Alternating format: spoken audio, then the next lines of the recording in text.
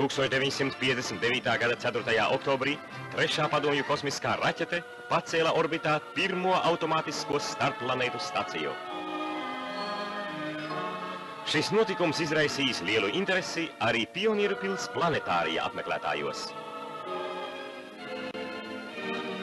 Par mēnesi pastāsta zinātniece Ilga Daube. Mēnesis virsma ir ļoti nelīdzena. Tur sastopamas gan ēnainas ieplakas, kas nosauktas par jūrām, gan lieli gredzenveida kalni, kas atgādina vulkānu krāterus. Sakiet, lūdzu, kad uz mēnesi varēs doties cilvēks? Padomju zinātnieki šo ceļu ir jau pavēruši. Bet vai jūs zināt, kā jūs jutīsieties uz mēnesi? Neaizmirsīsim, ka tur nav atmosfēras.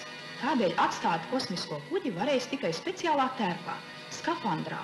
Līdz šim mēs labi pazīstam tikai vienu mēnesis puslodu. Otru pusi mēnesis Zemē nekad nerāda.